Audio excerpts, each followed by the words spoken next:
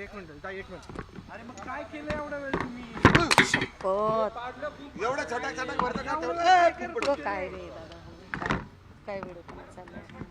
अरे भाई आपलं पण पुढे इतकी गडबड नका ना करू. अरे पण एवढी गडबड करायची गरज आहे? कसं पाहिजे तुला चालू होतोय झालं. ऑनियर आहे म्हणून तर ना. अरे ऑनियर आहे ते तर तू अँकर आहे. Hello audio check hello hello hello पण एवढं तुम्ही ऑडिओ चेक हॅलो हॅलो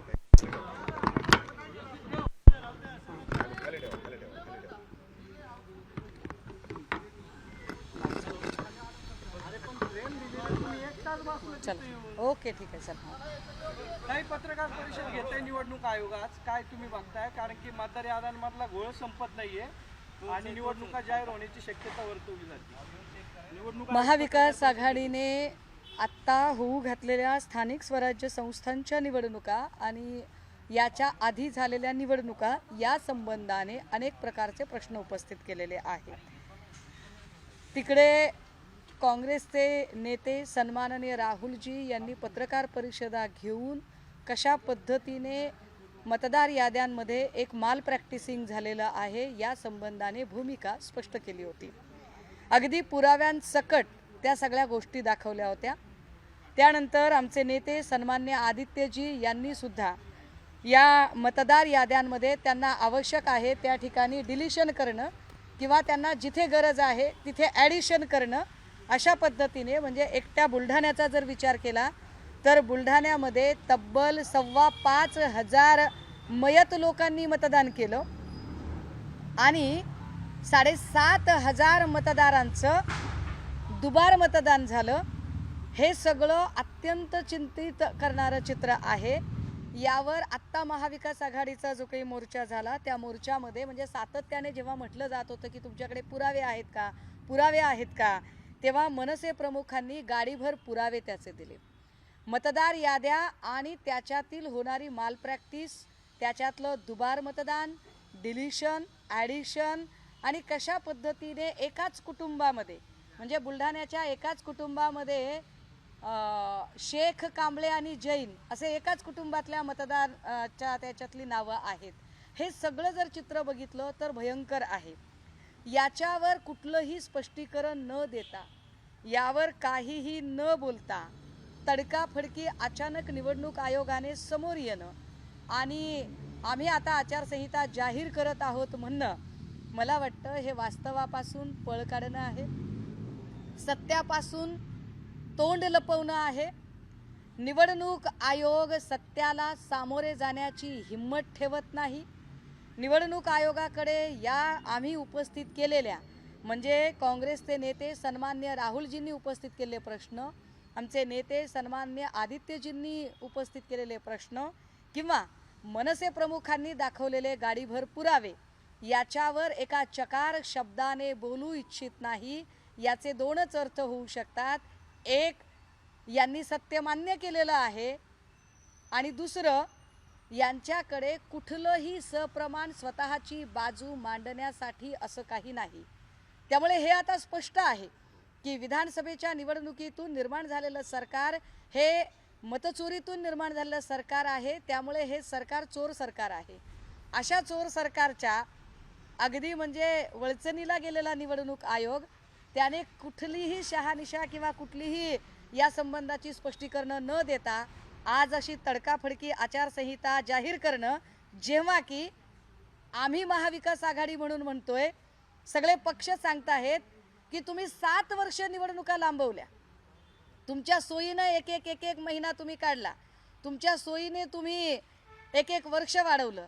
जिथे तुम्ही 7 ते 7.5 वर्ष निवडणुका लांबवलेल्या आहेत तिथे अजून जर 2 महिने लांबल्या तर काय फरक पडतो, पण निवडणूक याद्या दुरुस्त करून घ्या ही आमची प्रमुख मागणी आम्ही वारंवार मांडली. तरीसुद्धा आज जी आचारसंहिता लागली ती पुन्हा एकदा भाजपा स्वायत्त यंत्रणांना हाताशी धरून रडीचा डाव खेळत आहे.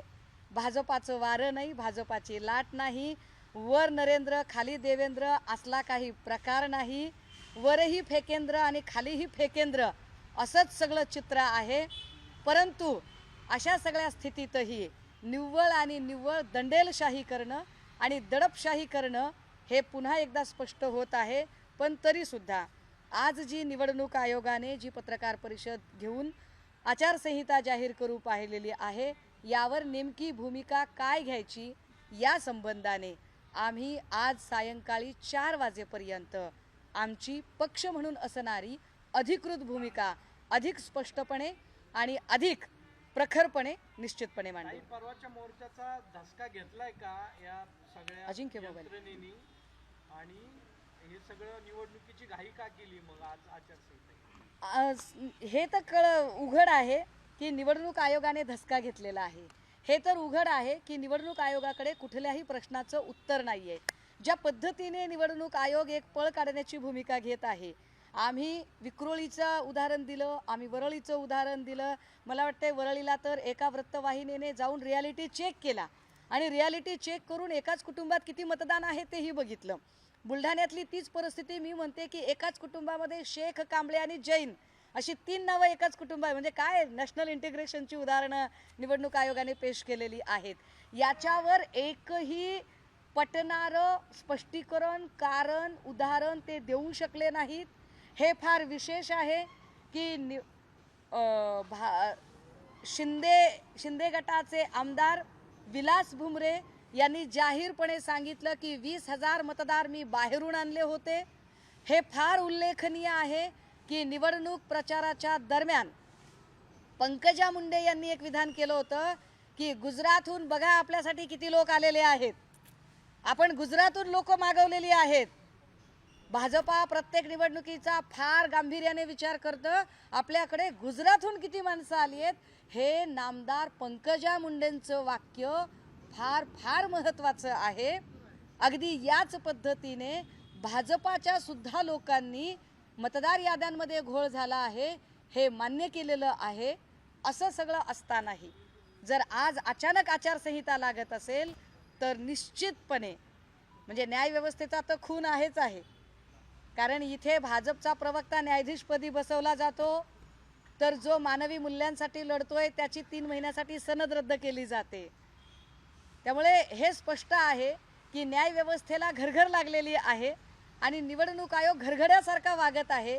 तरीसुद्धा एकूण आज जी काही पत्रकार परिषद आयोगाची झाली यावरची आमची अत्यंत स्पष्टपणे असणारी भूमिका 4 वाजेपर्यंत महाविकास आघाडी म्हणून असणारी भूमिका आणि पक्ष म्हणून असणारी भूमिका ही आम्ही स्पष्ट करू.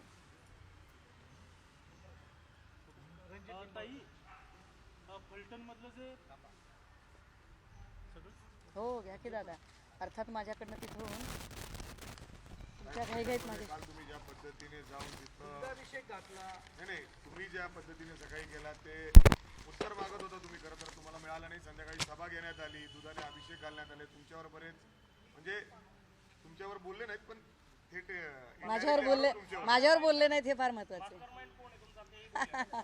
तुम्हाला जे पुरावे पाठवले गेलेत किंवा तुम्हाला ज्या काही गोष्टी पाठवल्या गेलेत त्या रामराजेंकडून पाठवले गेलेत आणि त्याचा पुरावा देखील त्यांनी तिथं लाईव्ह स्क्रीन मध्ये दाखवला RR निंबाळकर म्हणून. वा वा, छान छान.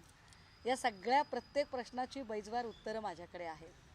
खरं तर काल मी पहिला प्रश्न असा उपस्थित केला होता की खासदार रणजित नाईक निंबाळकर यांचं नाव सगळ्यात आधी कुणी घेतलं. रणजित नाईक निंबाळकरांचा उल्लेख अंबादास दानवेंनी केला का, तर नाही. ते म्हणाले एका खासदाराचा PA त्याचा फोन आला होता. त्याच्यानंतर बोलले धनंजय मुंडे. धनंजय मुंडे म्हणाले की कोणत्या खासदाराचा फोन आला होता त्याचा तपास केला जावा. त्याच्यानंतर 3 दिवसांनी 48 तासाच्या आत देवेंद्र फडणवीस गेले फलटणमध्ये आणि देवेंद्र फडणवीस थेट असं म्हणाले की आमचे रणजित नाईक फार धुतल्या तांदळाचे आहेत.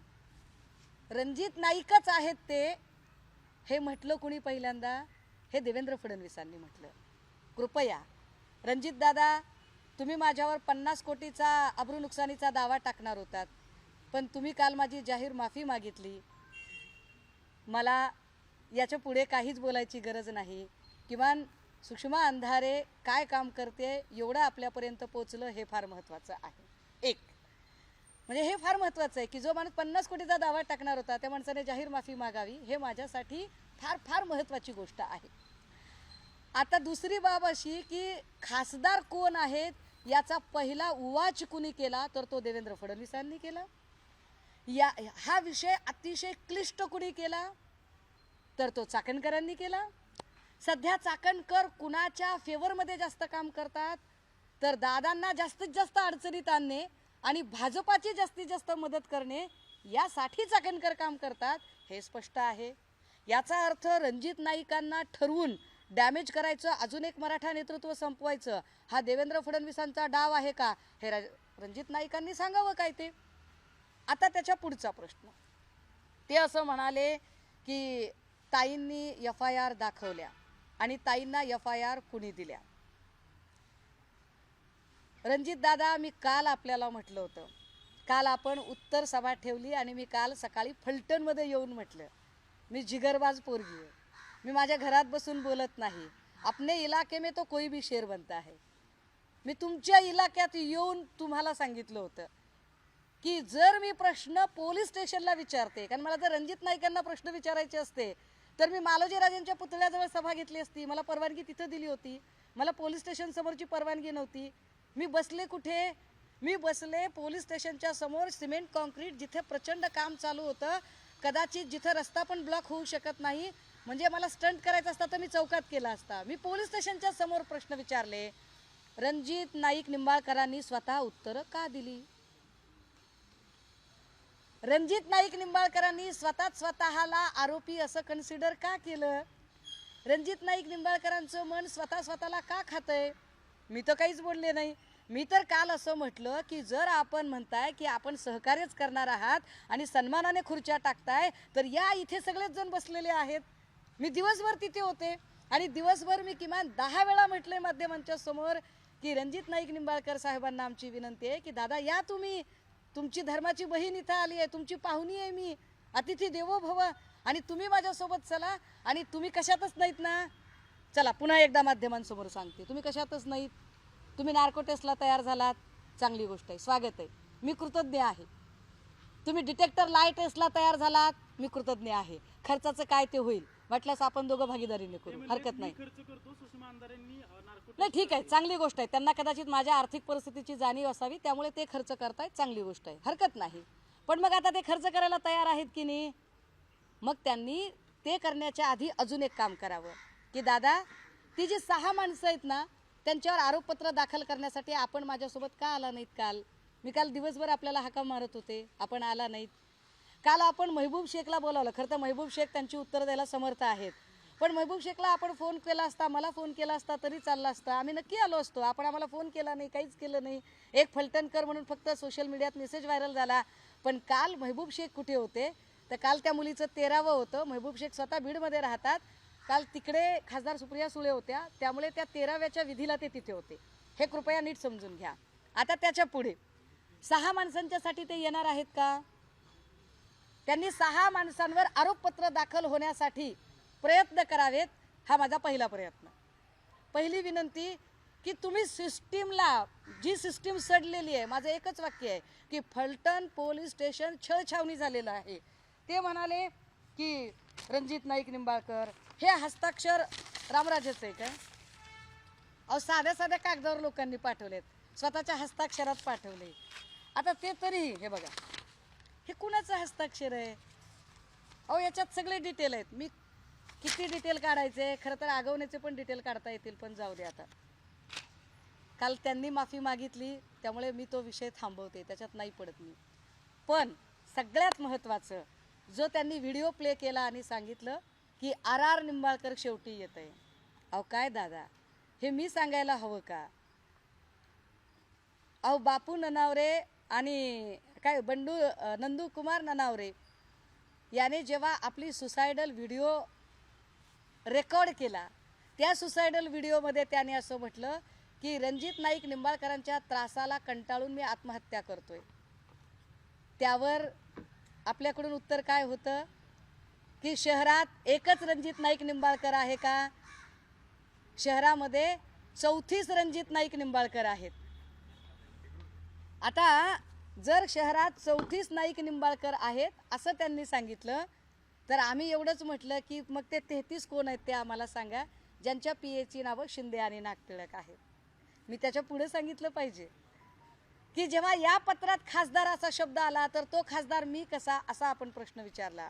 मी तेही म्हटलं की ते पोलिसांनी काढावं, म्हणून तर मी उच्च न्यायालयाची चौकशी समिती म्हणते. पण दादा, तुमच्या गावात सगळेच निंबाळकर आहेत. तुमच्या गावात एक निंबाळकर नाही. अहो, रणजित नाईक निंबाळकर नावाचे जर 34 लोक असू शकतात तर RR निंबाळकर किती असू शकतात बरं? हा एक भाग. दुसरं असं की मी जी केस हाताळत होते त्याच्यातले एक नाव हे रत्नशिव निंबाळकर आहे, ज्याचा खून झालाय. रत्नशिव निंबाळकरांच्या नातेवाईकांनी मला किती पुरावे पाठवलेत. देवेंद्र फडणवीसांच्या सोबत भाजपच्या सरचिटणीसाचे फोटो, व्हिडिओ, खूप साऱ्या गोष्टी पाठवल्यात दादा. म्हणजे कुणी पाठवले ते आपल्याला लगेच उत्तर मी द्यायला तयार आहे. दादा, माझ्यात आणि दमानियांमध्ये फरक आहे हो, असं नकात करू. असं काय करताय? मी अत्यंत प्रामाणिक माणूस आहे. आम्हाला पण प्रश्न पडलाय, मग ते RR निंबाळकर रामराजे आहेत की दुसरं कोण? नाही, RR निंबाळकर जे आहेत ना ते रुपेश वृक्षराज निंबाळकर असं ते नाव आहे. ठीक आहे. आता ह्याच्यातली कितीतरी नावं आहेत. अहो दादा, तुम्हाला आता काय सांगायचं. काल तुम्ही खूप लोक जमवलेली होती बघा. काल मी गेल्यावरही तिकडे लोक आली होती. दादा, तुम्हाला असं वाटतं असेल की तुमच्या विरोधात कुणीच बोललं नाही. दादा, ती दहशत असू शकते. कारण दादा, तुमच्याबद्दल जर आदर असता तर तुमच्या फलटणमधनं एवढी लोक माझ्यापर्यंत पोचली असती का?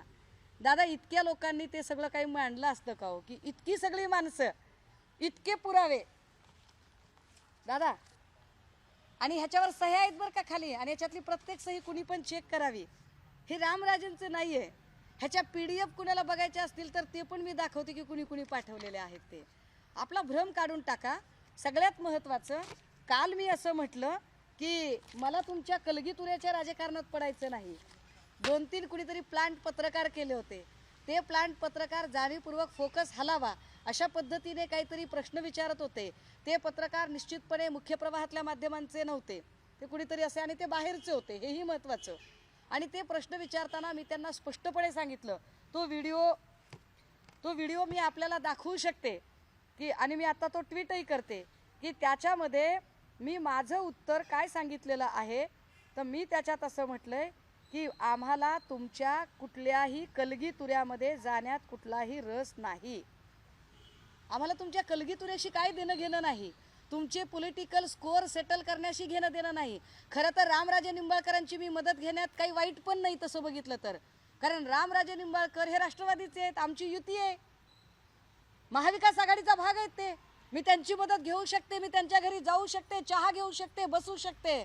अहो दादा, उलट काल मी मधुदीप हॉटेलला थांबायचा प्रयत्न केला पण मला रूम मिळाला नाही. मला अक्षरशः गावाच्या बाहेर थांबावं लागलं. आणि मी किती वेळा दादा म्हटलं की एकदा तरी तुम्ही चहाला बोलवा, मी तुमच्या घरी यायला तयार आहे, मी तुमच्या 6च्या सभेला यायला तयार आहे. आता सगळे डिटेल सांगायला पाहिजेत का दादा काय काय झालं ते? पण तरीसुद्धा मी काल काय म्हटलं होतं ते आपल्याला माहीत असलं पाहिजे, म्हणून मी आपल्याला हे सांगते. हां,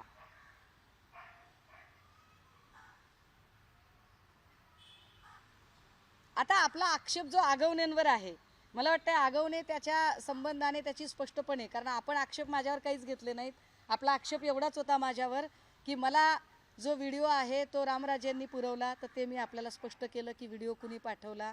मी आपल्याला तेही स्पष्ट केलं की एका माणसाने नाही, असंख्य लोकांनी फलटणमधनं माहिती पाठवलेली आहे. आणि मी हेही सांगितलेलं आहे की मला तुमच्या कुठल्याही पॉलिटिकल स्कोअर सेट करण्यामध्ये कसलाही इंटरेस्ट नाही आहे, त्यामुळे मला त्याच्यात पडायचं नाही.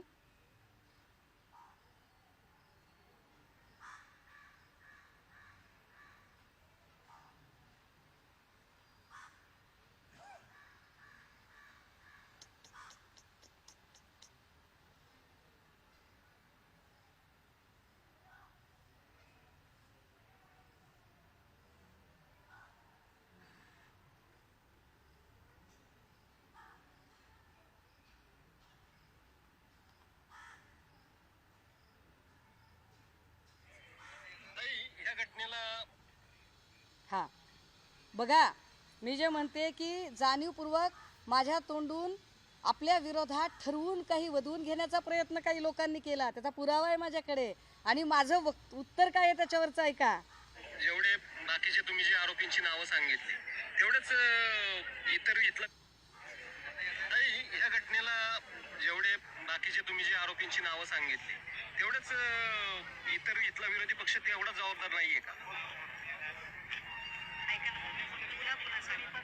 ना मला त्या निर्णायकाशी घेणं देणं आहे ना त्या रामराजेशी घेणं देणं आहे. आणि तुम्ही दोघं काय कुस्त्या खेळायच्या ते खेळा ना, आम्हाला कशाला मध्ये घेताय त्याच्यामध्ये. आम्हाला आमच्या लेकराला न्याय पाहिजे. राजकारण करण्यापेक्षा दोघं जण इथं या आणि आमच्या लेकराच्या साठी FIR होण्यासाठी तुम्ही कशी मदत करणार आहात ते सांगा. तुमचे पॉलिटिकल स्कोर आमच्या आडून सेट करू नका.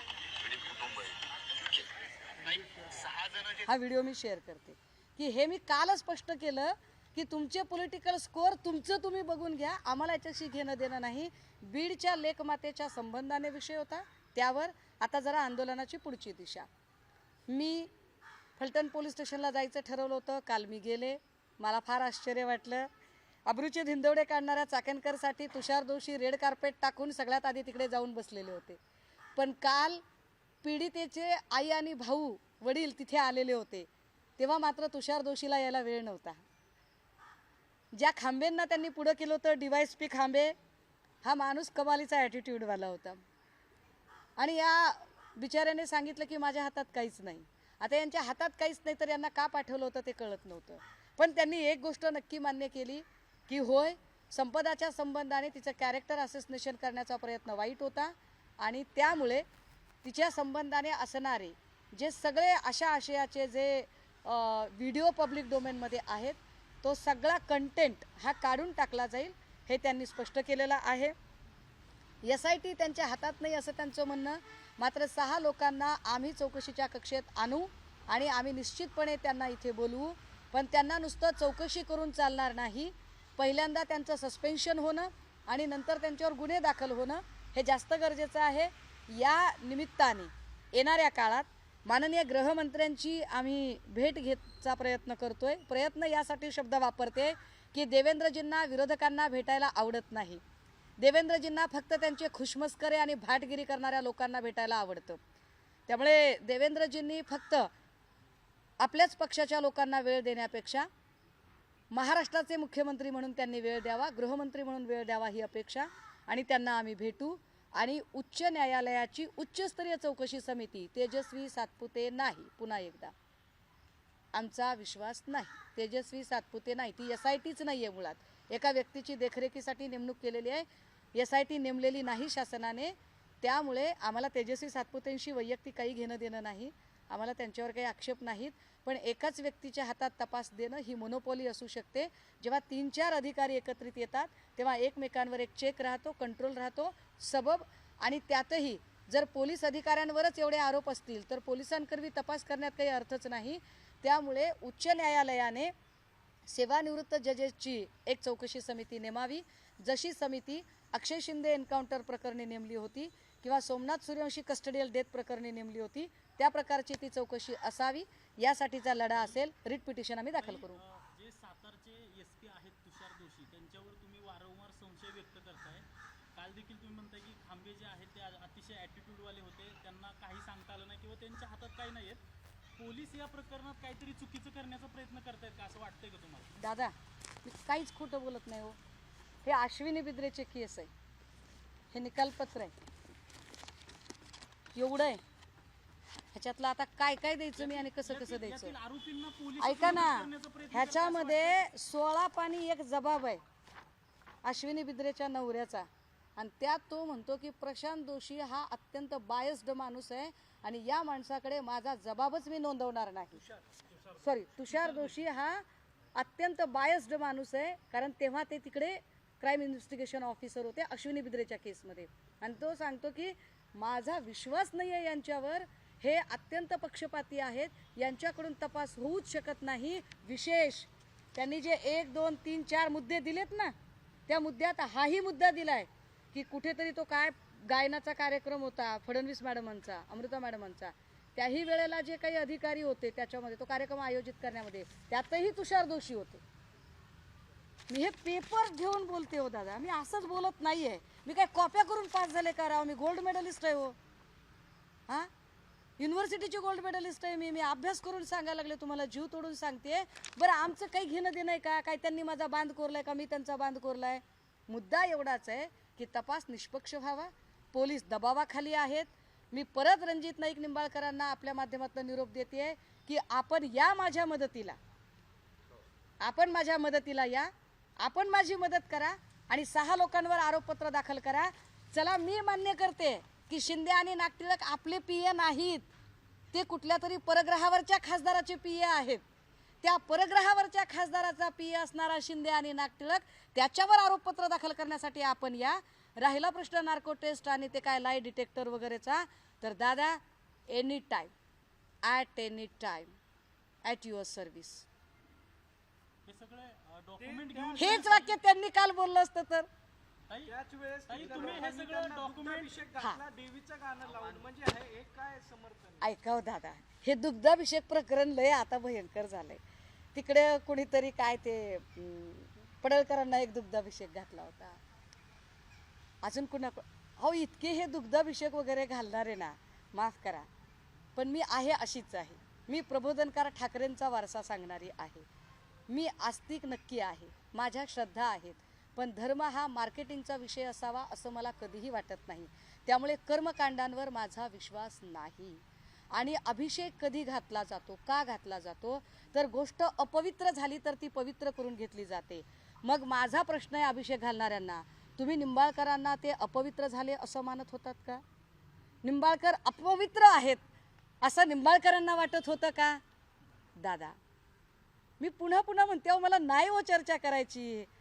एकदा झालंय की नाही काल असो.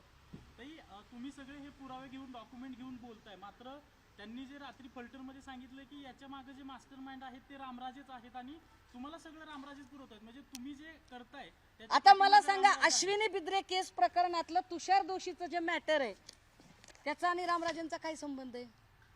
अहो हे जयकुमारने जो राजू गोरे आहे, जो अश्विनी बिद्रेचा नवरा आहे, त्यांनी पाठवलं. मी नावासकट सांगते कुणी काय काय दिलं ते मला. आणि रामराजेंनी दिलं तरी काही लय पाप नाही झालं. एखादा तरी महाविकास आघाडीचा इमानदार नेता निघू देत की ज्याने छाती ठोकपणे भाजपच्या विरोधात लढू देत, बिघडलो कुठं? पण नाही पाठवलं त्यांनी, हेही तितकंच खरं. अहो माझी एका हॉटेलला राहायची व्यवस्था केली होती आमच्या एका मैत्रिणीने. कुठलं तरी हॉटेल होतं ते काहीतरी टॉप मोस्ट. नको बाबा म्हणलं, त्याच्यात पुन्हा कुणाचा तरी शेअर निघायचा, आपण आपल्या पैशानं थांबू. मधुदीपला काय कोण रूम देना गेलं म्हणून आम्ही कुठलं तरी ते साई रत्न असं आडराणातलं हॉटेल काढलं होतं. महत्वाचा प्रश्न असा आहे ताई की ज्यासाठी तुम्ही सगळे लढताय, महिला डॉक्टरनी आत्महत्या केली, त्याचा तपास सातारा पोलीस करतायत आणि ते सगळ्यांचे बॉस तुषार दोषी. आता याचा तपास सगळं व्यवस्थित होईल वाटतंय का? किंवा अजिबात होणार नाही. महत्वाचा केंद्रीय मुद्दा काय आहे तर संपदा मुंडेंची हत्या झाली का? मी काल अजून एक गोष्ट नमूद केली होती की संपदाचे भाऊ प्रमोद यांनी काल मांडलं की मी स्वतः डॉक्टर आहे, मी पोस्टमार्टमला हजर राहण्याची विनंती केली. मला पोलिसांनी पोस्टमार्टमला हजर राहू दिलं नाही. मी त्यांना म्हटलं की ठीक आहे मी येऊ शकत नाही तर माझ्या बहिणीचं किमान इन कॅमेरा करा, तेही त्यांनी केलं नाही. त्याच्या पुढे जी माहिती आमच्यापर्यंत पोचली, एक स्थानिकचा माणूस तिथे आला जो सतत हॉस्पिटलला काम करत होता आणि घटना घडल्यानंतर पोलिसांच्या सोबत पहिल्यांदा गेला, पण त्याला त्याच्या जीवाची प्रचंड भीती वाटते. तो म्हणतोय की मी माझं नाव सांगू नका, पण त्याचा अजून काहीतरी एक वेगळाच दावा आहे की हँगिंगच्या वेळच्या कपड्यांचा रंग वेगळा होता आणि बेडशीटमध्ये गुंडाळल्यानंतरच्या कपड्यांचा रंग वेगळा होता. हे अजून एक वेगळंच आहे. काहीही असो, उलट माझं काय म्हणणं आहे की खरंच रणजितदादांनी सुद्धा आमची मदत केली पाहिजे. रणजितदादांनी सुद्धा त्यांच्यावरचं हे सगळं किटाळ बाजूला काढण्यासाठी, दादा तुमची बहीण म्हणून मी तुमच्या सोबत आहे, पण त्या 6 माणसांवर चला बरं एकदा गुन्हे दाखल करू आपण, तुम्ही मदत करा माझी. चला 1 मिनिटासाठी असं गृहीत धरू. मला सांगा, मला स्कोप कुठे आहे राजकारण करण्यासाठी, एखादा मतदारसंघ बांधण्यासाठी? आयदर बीड जिल्हा और पुणे जिल्हा. बीड जिल्ह्यामध्ये एवढं मोठं संतोष देशमुखचं प्रकरण झालं, सगळी लोक धनंजय मुंडेंवर तुटून पडली होती. धनंजय मुंडे किंवा पंकजा मुंडे यांना आरोपीच्या पिंजऱ्यात उभं केलं असतं तर माझी राजकीय कारकीर्द उभी राहिली असती, कारण मी तिकडचीच आहे, मतदार यादीत आहे. मी केलं का ते? हे असले गलिच्छ राजकारण करत नाही. सुषमा अंधारे स्वतःच्या कर्तृत्वावर विश्वास ठेवणारी आहे. असं उष्ट्या खरकट्यावर वाढायची सवय नाही आम्हाला. ते मिनिटाला म्हणत होते सुषमाताईने बघावं, महबूब शेखने बघावं. त्यांचा माझ्यावर जीव आहे. गेले नाहीत का म्हणजे त्यांनी फारच मनावर घेतलंय. पण पुढच्या पण लावल्या होत्या ठेवल्या होत्या. अहो मग मी म्हणते ना त्यांना की माझ्यासाठी मला फोन केला नाही ना. पण अहो माझ्यासाठी खुर्ची लावली आहे हे मला कसं कळावं. खाली फलटणकर लिहिलंय, खाली एवढं पण लिहिलं नाही मेसेजमध्ये की रणजित निंबाळकरचं निमंत्रण आहे म्हणून. तरी पण गेले असते. तुम्ही बघा माझ्याकडे तो मेसेज आहे, तो मेसेज दाखवू का तुम्हाला? त्याचा स्क्रीनशॉट पाठवते. अहो काय राव असं काय करताय? बरं मी अख्खा दिवस म्हणते ना की या, मी काय म्हणते की तुम्ही गुन्हेगार नाही ना.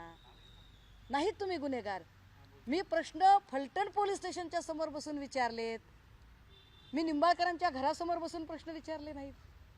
मग त्याची उत्तरं निंबाळकरांनी कशाला द्यायची? संपला विषय. ताई दुसरा एक विषय आहे की महिला आयोगाच्या ते अध्यक्षा काय बोलत नाही. तुम्ही एवढे आरोप केले, त्यांच्या पक्षातील लोक आरोप करतायत. त्यांना माहिती आहे त्यांच्या वतीनं बोलण्यासाठी त्यांच्या पक्षाचे प्रदेशाध्यक्ष सुनील तटकरे खंबीर आहेत. त्यामुळे चाकणकर बोलत नाही. चाकणकरांना माहिती आहे चाकणकरांचा गड सगळ्या बाजूने किती हल्ले झाले तरी छातीचा कोट करून त्यांच्यासाठी लढण्यासाठी सुनील तटकरे समर्थ आहेत. त्याच पक्षाचा आमदार आहे संग्राम जगताप. त्यांनी जैन समाजाची जमीन नगरमध्ये लाटल्याचा आरोप किरण काळेंनी तुमच्या शिवसेनेचे त्यांनी केलेला आहे. ते दादांनी त्यांना समज दिलेली होती, मात्र ते ऐकायला तयार नाही असं दादा म्हणले होते खूप वेळा. अजित दादा, नेमकं या जमिनी संदर्भात काय तुमची मागणी आहे? किरण काळेंचा मला काल फोन आलेला आहे आणि काल आमचं फोनवर संभाषण झालं.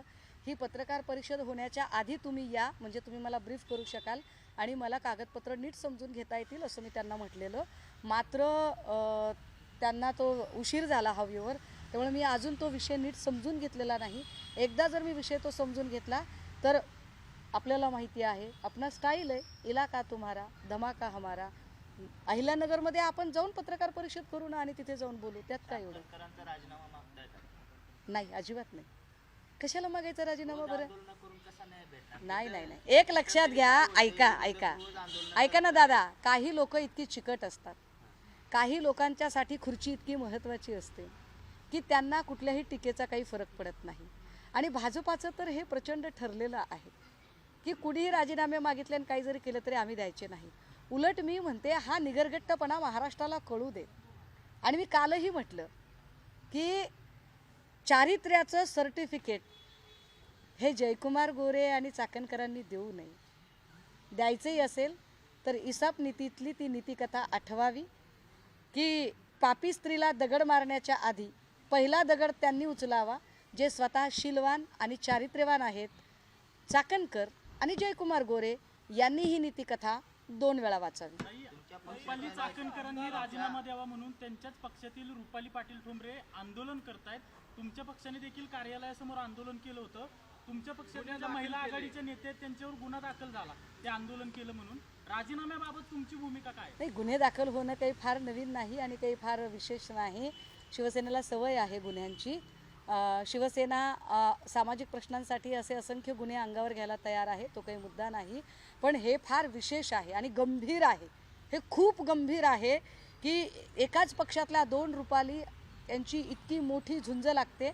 आणि विशेष म्हणजे रुपाली ठोंबरेंनी त्यांच्या सोशल मीडियावर काही स्क्रीनशॉट शेअर केलेत, ज्या स्क्रीनशॉटमध्ये अजितदादांची बदनामी करणारे रील्स, मजकूर असं सगळं आहे. आणि विशेष हे सगळं चाकणकरचे जे निकटवर्तीय IT सेलच्या बायका आहेत त्यांच्या अकाउंटवरून झालेलं आहे. हे गंभीर आहे.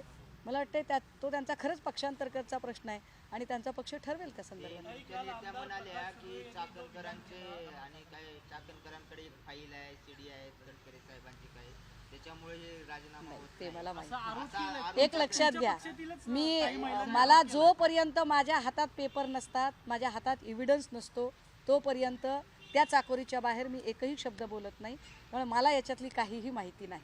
जे आहे ते बोलूया आपण. राजीनाम्याची मागणी करताय का तुम्ही? राज्यातील महिलावर अन्याय नाही हो. एक लक्षात घ्या, चाकणकरच्या राजीनाम्याची मागणी मी का करू? चाकणकर बिचारी नगरपालिकेला त्या उभ्या राहिल्या होत्या, मायनस मतं होती, पडली. आता ज्या बाई नगरसेवक म्हणून सुद्धा निवडून येऊ शकत नाही, ज्यांचा तो वकूब नाहीये, त्या बाईंनी स्वतः पुन्हा राजकीय कारकीर्द उभी करायला किती दिवस लागतात? बाई म्हणून बाईने शत्रू असू नये, बाई म्हणून बाईने मदत केली पाहिजे. त्यामुळे जर त्यांचं कुठंच राजकीय पुनर्वसन होणार नसेल आणि जर तटकरे साहेबांनी एक आयोग दिला असेल तर जाऊ दे की. घेऊ द्या आयोग, काय बिघडायले त्यांच्याकडे ते. नाही, मला वाटतं तो सुनील तटकरेंचा विषय आहे, कारण अजितदादांनी स्पष्टपणे त्याच्यामध्ये नाराजी व्यक्त केलेली आहे. काही पण ही सगळी भूमिका बघताना राज्य सरकारची पण भूमिका असायला पाहिजे ना आयोग म्हणून. जर देवेंद्र फडणवीसांना तुम्ही प्रश्न विचारताय तर देवेंद्र फडणवीसांच्या आपल्याकडे आयोग जे असतात ना, या आयोगांना फार अधिकारच नसतात मुळात. काल माझ्याकडे एक माणूस आला होता ज्याच्या भावाचा खून झाला आणि आधी ॲक्सिडेंटल दाखवलं, मग त्याने RTIमधनं पोस्टमार्टम रिपोर्ट मागवला आणि त्याच्यानंतर तरीही त्याचा खुनाचा गुन्हा दाखल होत नव्हता म्हणून तो ह्युमन कमिशनकडे गेला. ह्युमन कमिशनने ऑर्डर केली पण पोलिसांनी ऐकली नाही. त्यामुळे ह्युमन कमिशन, वुमन कमिशन काय. काही महत्त्वाचा मुद्दा असा आहे की तुम्ही म्हणताय की अजितदादांनी नाराजी व्यक्त केली, मग त्यांच्या पक्षाचे प्रमुख अजितदादा आहेत, तरी देखील सुनील तटकरेंमुळे राजीनामा कदाचित घेतला जातोय असं का म्हणताय तुम्ही? प्रदेशाचं राजकारण हे कदाचित तटकरे बघत असावेत, कारण दादांनी तर नाराजी निश्चित व्यक्त केली. दादा म्हणाले मी त्या मताशी सहमत नाही आणि दादा स्पष्ट वक्ते आहेत. दादा आत बाहेर असं करणारे नाही दादा आहेत. तर हकालपट्टी करू शकतात ना, मग का हकालपट्टी होत नाही? कदाचित प्रदेशाचे अधिकार दिले असतील तटकरेंना, कारण आपल्याला जर आठवत असेल की सन्माननीय अजितदादांनी सूरज चव्हाणची हकालपट्टीच त्याची पदावरून त्याला काढून टाकलेलं होतं, पण पुन्हा त्याचं प्रमोशन करणं आणि त्याला पद देणं हे काम तटकरेंनी केलं. मग आता दादा आणि तटकरे यांच्यामध्ये काही संघर्ष चालू आहे का? नाही, याच्यावरती त्यांच्या पक्षाने जास्त अधिकृत भूमिका मांडावी. It's none of my business. Tejaswi सातपुतेची जी समिती आहे, कमिटी आहे, ती बरखास्त करावी अशी तुमची फायनल? नाही, ती समिती नाहीच आहे. एक तपास अधिकारी नेमलेला आहे, पत्र आहे माझ्याकडे, आपण बघा. पण मला व्यक्ती म्हणून त्यांच्यावर काहीच आक्षेप नाही, अधिकारी म्हणून सुद्धा माझे काही आक्षेप नाही. एक महिला सक्षम अधिकारी काम करत आहे. मात्र जेव्हा प्रकरण इतकं गुंतागुंतीचं असतं तेव्हा एकाच व्यक्तीची नेमणूक करणं हे मोनोपॉली असते. ती मोनोपॉली होऊ नये इतकीच आमची अपेक्षा आहे. दीपक केसरकर यांच्या संदर्भातला प्रश्न, जो आर्याचा एन्काउंटर झाला त्यावेळेस आर्या म्हणत होता का माझं दीपक केसरकरशी बोलणं करून द्या. मात्र त्या ठिकाणी जे पोलीस होते आणि विशेषतः ज्यांनी एन्काउंटर केलं त्यांनी केसरकरांसोबत बोलणं करूनच दिलं नाही आर्याचं. म्हणजे हा संस्थात्मक खून वाटतं का? ॲडव्होकेट नितीन सातपुते यांनी या संदर्भाने दाखल केलेली याचिका अत्यंत महत्त्वाची आहे आणि त्यात त्यांनी घेतलेले मुद्देसुद्धा अत्यंत महत्त्वाचे आहेत. हा सरळ संस्थात्मक खून आहे. एखादी व्यक्ती इतकी अगतिक का होते? खरं तर तुम्हाला एन्काउंटर करण्यासारखी परिस्थितीच नाही आहे. त्याने कुणावरही हल्ला केलेला नाही, एक भाग आहे.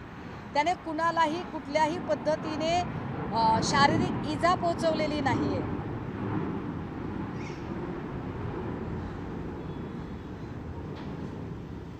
त्याने कुणालाही कुठल्याही पद्धतीने शारीरिक इजा पोहोचवलेली नाही आहे. मात्र एखादा कंत्राटदार आपल्या केलेल्या कामाची बिलं मागत असेल आणि तुम्ही जर त्याला गोळ्या घालत असाल तर येणाऱ्या काळात कंत्राटदारांनी कामं करायची की नाही हा विचार करावा लागेल. आणि अशा पद्धतीच्या घटना महाराष्ट्राच्या अर्थव्यवस्थेला खीळ घालणाऱ्या आहेत. याचे सगळे दूरगामी परिणाम या निमित्ताने ओळखले पाहिजेत. आणि निश्चितपणे नितीन सातपुतेंनी नुसती याचिका दाखल करू नये, तर माझं म्हणणं आहे की केसरकरांनी याच्यात पार्टी केलं पाहिजे. प्रकाश सुर्वेंचं म्हणणं आहे की मराठी आई जरी असली तर हिंदी भाषा आणि हिंदी भाषा असलीच पाहिजे. हिंदी भाषा आता खरं तर याच्यावर काय, हिंदी भाषा मावशी आणि मावशी मारतात. त्यांना खरंच नातेसंबंध कळत नाहीत असं मला वाटते. आणि त्यांना नातेसंबंधांचा अभ्यास नाही. हे म्हणजे आमच्या घरातलं माणूस मरावं आणि एखादं कोणीतरी रॅलीमध्ये असणारं माणूस जगावं असं म्हणल्यासारखं आहे.